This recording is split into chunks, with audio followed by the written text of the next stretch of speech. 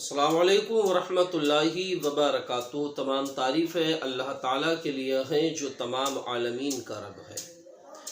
ناظرین حضرات، میں ہوں نسیم اختر مراد آبادی آپ کی خدمت میں اس موضوع کے ساتھ کہ حضرت رابعہ بصریہ رحمۃ اللہ تعالیٰ علیہا اللہ کی بارگاہ میں کتنی مقبول تھی۔ جب آپ کی پیدائش ہوئی تو کیا عجیب و غریب واقعہ پیش آیا، سن کر کے آپ کا ایمان تازہ ہو جائے گا۔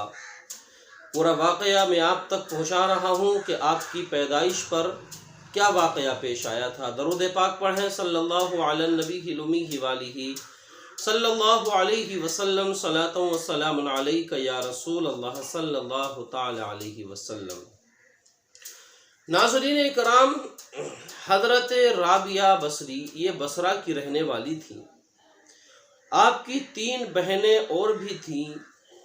رابعہ آپ کو اس لیے کہا جاتا ہے کہ رابعہ کا معنی آتا ہے چوتھی، تو حضرت رابعہ اپنی بہنوں میں چوتھے نمبر کی تھی، اس لیے آپ کو رابعہ کہا جاتا ہے۔ جس رات آپ کی پیدائش ہوئی اس رات میں آپ کے والد کے یہاں پر خرچ کے لیے کچھ بھی نہیں تھا۔ آپ بڑے پریشان تھے، کیا کیا جائے۔ اسی کشمکش میں آپ سو جاتے ہیں۔ رات میں قسمت کا ستارہ چمکا۔ آقا کریم حضور صلی اللہ تعالی علیہ وسلم کی زیارت ہوئی۔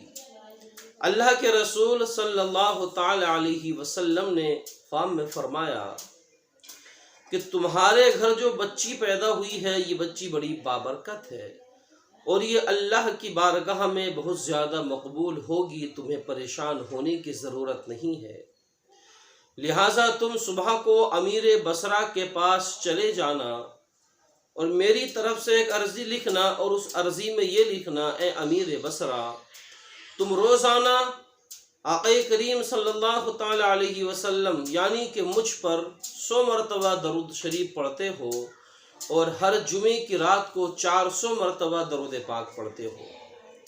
تو یہ جو جمعہ کی رات گزری ہے، اس رات میں تم مجھ پر درود پاک پڑھنا بھول گئے ہو، تو لہذا تم بھولنے کے وجہ سے جو مجھ پر درود پاک نہیں پڑھ پائے ہو تو بطور کفارہ تم 400 درہم اس شخص کو دے دو۔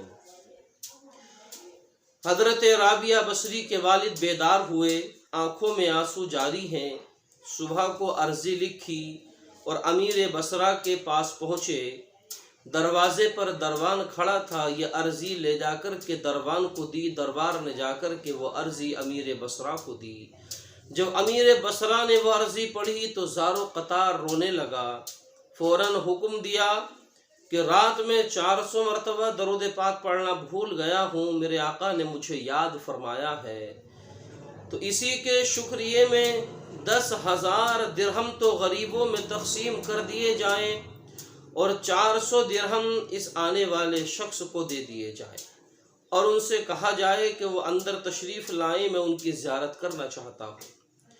اتنا کہنے کے بعد میں امیر بصرہ خود اٹھا، کہنے لگا کہ نہیں، ان کو اندر نہیں بلکہ میں خود جاؤں گا ان سے ملاقات کرنے کے لیے، ان کی راہ میں اپنی پلکوں کو بچھاؤں گا۔ امیر بصرہ باہر آیا اور آ کر کے حضرت رابعہ بصری کے والد کے ہاتھ چومنے کے بعد میں دربار کے اندر لے گیا، اپنے تخت شاہی پر حضرت رابعہ بصری کے والد کو بیٹھایا اور کہا کہ آج کے بعد جو بھی آپ کو ضرورت پیش آئے آپ میرے پاس آ جایا کرنا۔ ناظرین کرام، واقعہ سنانا مقصد نہیں بلکہ آپ کو یہ بتانا مقصد ہے کہ بزرگوں کے گھر میں آنے سے برکت ہی برکت ہوتی ہے، یعنی کہ اللہ کے رسول نے فرمایا تھا رابعہ بصری کے والد سے کہ یہ بچی آپ کی بڑی بابرکت ہے۔ پتہ یہ چلتا ہے کہ بزرگوں کے قدم گھر میں آ جائیں تو گھر میں برکت اور رحمت نازل ہوتی ہے۔ دوسری بات ہمیں یہ معلوم ہوتی ہے کہ آقا کریم صلی اللہ تعالی علیہ وسلم پر جب درود پاک پڑھا جاتا ہے تو اللہ کے رسول اپنے اس امتی سے کتنا پیار فرماتے ہیں جو آپ پر درود پاک پڑھتا ہے، کہ امیر بصرہ درود پاک پڑھنا بھول گیا تو خود اللہ کے رسول نے ان کو یاد دلایا۔ سبحان اللہ۔ دوسری بات ہمیں یہ بھی معلوم ہوتی ہے کہ اللہ کے رسول یہ بھی جانتے ہیں کہ میرا کون امتی مجھ پر کتنی مرتبہ درود پاک پڑھتا ہے۔